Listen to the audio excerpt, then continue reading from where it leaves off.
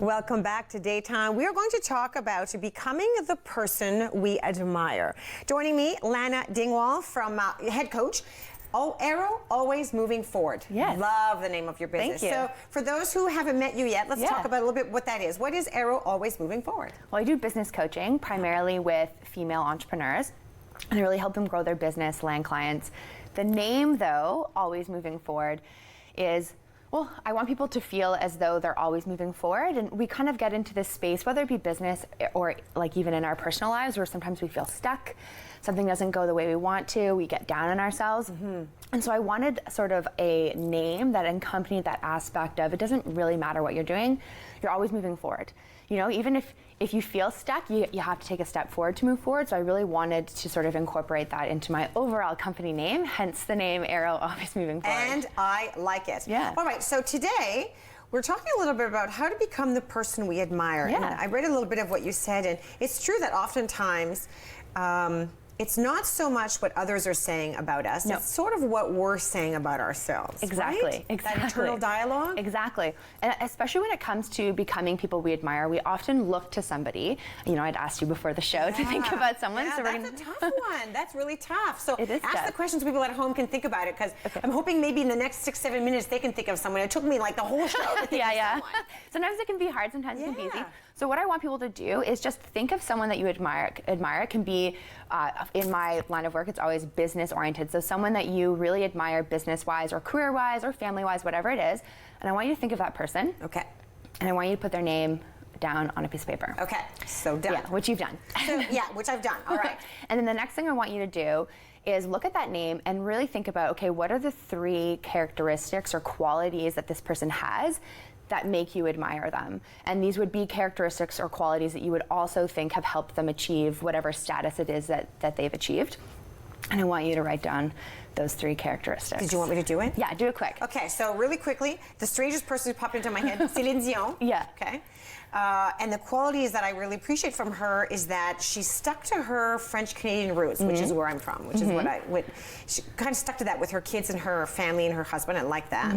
Her relationship with everybody doubted, you know, because there was such a huge age gap, lasted until sadly he passed away. But that was, and they spoke about it in such a strong way. So to me, that was, you know, relationship goals, who she was goals, stayed a francophone, and then still, you know, that mom thing where even though she's world famous and traveled the world, her family always seemed to come first. And clearly I don't know her. These are just the things that seem to come out from watching her. And you don't have to know the person, right? It's just, it's about what has stricken you about them. And so those are your 3 qualities. There you go. So the saying goes that you can't see those qualities in someone else unless you yourself hold those qualities. Interesting. And I know for you, you host the Francophone, Rogers. I know that you've talked about your kids on the show, so obviously you have those qualities and characteristics yourself, right? And so the idea with becoming the person you admire is recognizing that you already have the qualities that you have deemed make this person admirable to begin with. Okay, it's not funny that you say that. It gives me a little bit of goosebumps, because if somebody had said to me, describe yourself, I wouldn't necessarily have said, I really love that I'm a francophone, because to me I just am.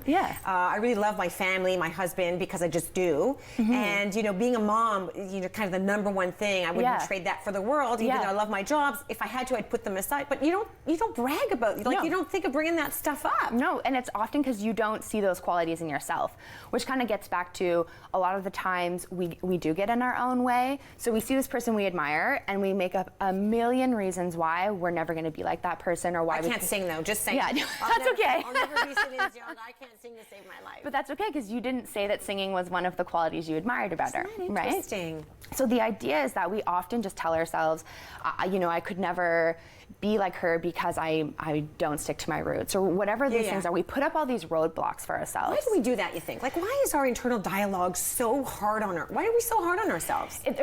Sometimes we're a little born that way. We're really socialized to, especially as women in particular, like I work a lot with women, we are socialized to be humble, right? To not be too confident, to not be too bold, to not take too many risks. We're often told, And let's be honest, you know, you think of someone like Hillary Rodham Clinton, who was very bold and very confident. She got called a whole bunch of names on account of that. Exactly. Right? Because she's the opposite of what we're sort of told to be. Exactly. Interesting. And so you don't, even though you have those qualities and you find them admirable, you might not be willing to put yourself out there the way that she has or women like her have. But the idea is you have that person inside of you, and you're fully capable of becoming the person it is that you admire, the person you want to be. It's just about getting out of your own way by the first step, recognizing that you already have the qualities. So you can throw that excuse out the window that you don't have what they have. Beautiful. So now, what are some other strategies I can, use to get to admire myself more, to be me? Yeah. So another thing could be is recognizing that the person that you really admire is probably really far ahead of you. So Tony Robbins, there's like a quote that Tony Robbins is really famous for, which is that we greatly overestimate what we can accomplish in a year, but we greatly underestimate what we can accomplish in a lifetime. So a lot of the times, especially with admiration, again, like because I'm all about business, with people you admire in business, you look at what they have and you think, I'll never get there. But it's about looking and recognizing that person's 15 years ahead of you. Of course you're not where they are. They've been doing it for 15 years. So it's really even just about studying what is it. So for you, right, with Celine Dion, really studying more in depth. Like what are some of the other things that she's done that you really, really admire and you think are great qualities? And doing those things. Like instead of being like envious of them, you kind of learn from them, study them, and then repeat what they're doing. And then see if we can aim towards there. So if people want to get in touch with you, they can always go to the website, arrowalwaysmovingforward.com. You've got workshops and things coming up that people can check in on there, and they can also find you to see if they can better themselves as well. Is that right? Yes. Thank you so much for your help.